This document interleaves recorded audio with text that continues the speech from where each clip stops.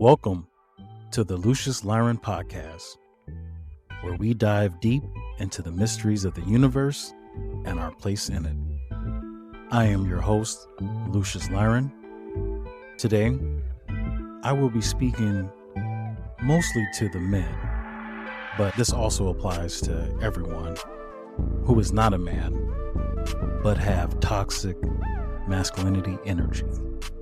So, before I begin and dive deep into this conversation with you, I'm going to give you a little story about me before I became consciously aware of things and before I had started my own healing process in this topic that I'm going to be discussing today. So, before I started my healing journey, I used to have a really bad anger problem. And when I would say probably since the age of 5 up until, I don't know, my early 20s.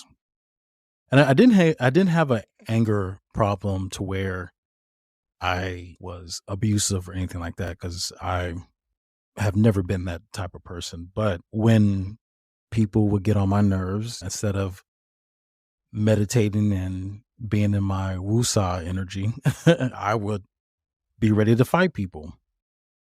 And there's been times growing up, I got in fights with neighbors and got in fights with people in school and stuff. And I was just really upset about a lot of things because of me not having parents who took the time to educate me about things. And there was also abandonment issues and a whole bunch of stuff. So I carried and dealt with a lot of things, and I had a hard time releasing this particular energy because it was all about, oh, just go to church and give it to God or whatever and stuff. And even doing that didn't help me out at all. It didn't do a damn thing, actually. So yeah, so that was a little difficult for me because I was like, this is not working for me. And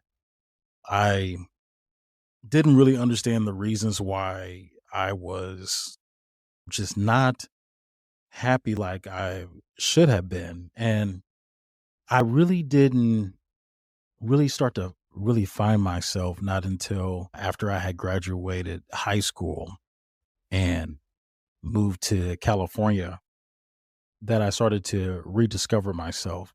And this was even before I actually even got on my spiritual path, that I started to learn certain things. And I came across people that gave me like little nuggets here and there, but I was just like, whatever. I'm just out here trying to be an actor and pursue my entertainment career. It was pretty broken. And because I've been a very broken individual, I understand broken people, and I understand and I can spot and see people who are broken and that have not taken the time to do the work to heal themselves. Okay. Because it is energy work, even though I think therapy is good. And if a person needs to have that, is awesome. But therapy is not going to clear stagnant energy that the individual has not let go. Something that happened over Super Bowl weekend, and this was on display for the whole world to see, actually. And this had to do with Travis Kelce and Andy Reid. Now, watching the game and watching a man being frustrated, and instead of coming to another man with empathy and with respect, I seen another man disrespect another man on national TV, I'm going to let you know that this is not okay. And this happens way too much where I see men being very disrespectful to other men. Like, you don't have to come at me like that. And then for this to be an older gentleman, the coach, very disrespectful. And sometimes I feel like men that are in the public eye, you're too high on your high horse. Okay. And now you look like a complete jackass to the whole world for being a disrespectful human to another human being. But because we live in a society that accept this kind of bullshit and think that this is okay to treat other humans like that, y'all need to check yourselves if you think that was okay. Because I don't care who you are. I don't care what platform you on. I don't care how many millions, billions of dollars you have. If you are disrespectful to another human being like that, you need to work on yourself. Because just because you're on a pedestal doesn't give you the right to treat another human being however you feel like it, because you think you are whoever. You just look like a jackass at the end of the day. And any accomplishments that you have made just goes down the toilet for me, because I don't have no respect for other men that disrespect other men like this. It's disrespectful, man. And you need to check yourself. And I can always tell when it comes to high profile men and these celebrities and influencers or whoever, y'all don't have anyone like me that will sit up there and tell you to your face that was disrespectful and you look like a jackass. You look like a complete fuckboy. You understand what I'm saying? Unacceptable. And for us to be role models, because let's be honest, there isn't a lot of good male role models in the world at all.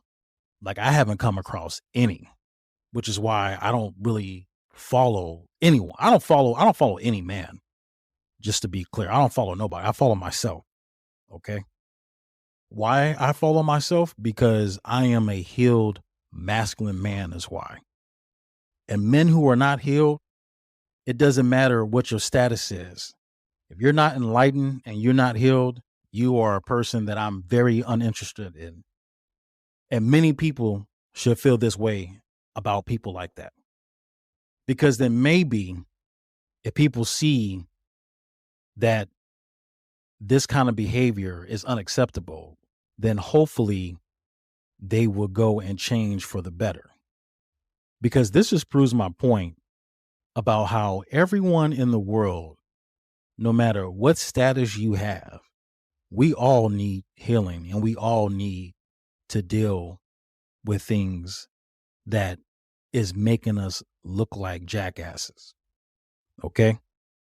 And the reason why I'm getting on men is because a lot of males do this, but there's also females who also tap into that toxic masculinity energy that do the same thing in this patriarchal mindset that we're in. And it's unacceptable and it's not okay. Because for myself, when I went through my healing journey, I had to relearn how to accept people. I had to relearn how to speak to people. And I had to relearn how to understand people and learn about communication versus becoming like a barbaric man and wanting to get hot-headed, scream and yell and do all that kind of stuff, which is disrespecting another individual. It's not okay. It's just not. So I really hope that people who saw that will learn from this and understand that we cannot progress as the human race if this is how we are going to treat one another. There is not going to be any progression if we keep allowing people, because of their status, to think that it's okay. So then the thing that we should be asking ourselves is, what is it that we can do to be better? And what we can do is we need to figure out at what point in our lives that we have been hurt, traumatized, abused, talked down on, everything, and learn how to release and let that energy go.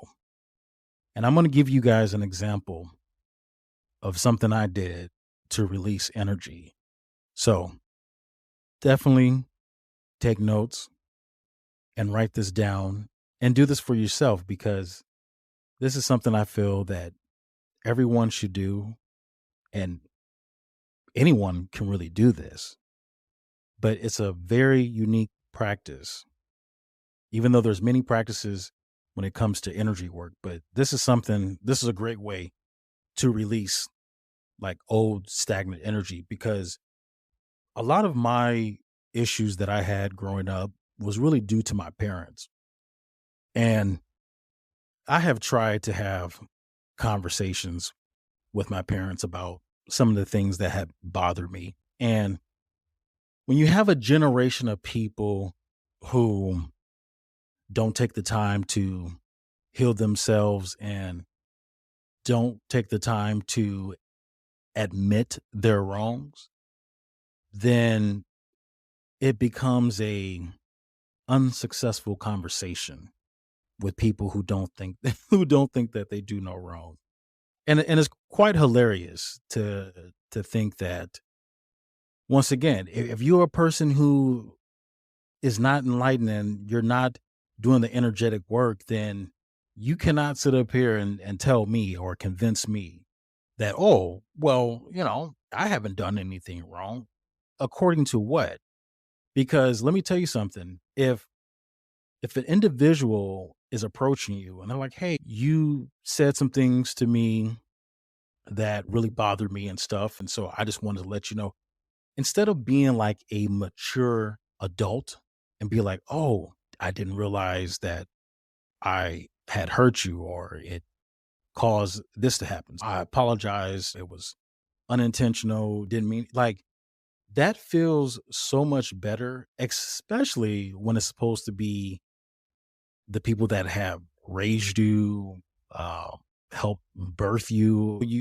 It's very awkward and weird that certain parents do not give acknowledgement to their child, telling them that you said some hurtful things.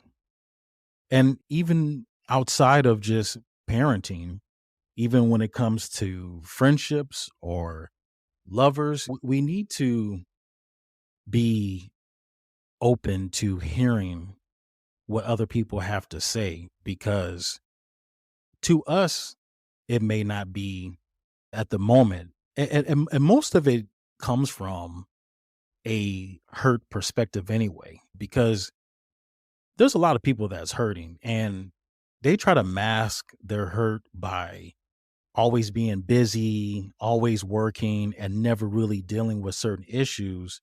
And that's just a terrible way as an adult to deal with some of the things that we may need to heal from. That's just not good. And we need to stop doing that as a society. We need to deal with the things that have bothered us over the years and heal from that, because when you do, your whole life changes. So I'm going to get into a practice that you can implement and try it out for yourself.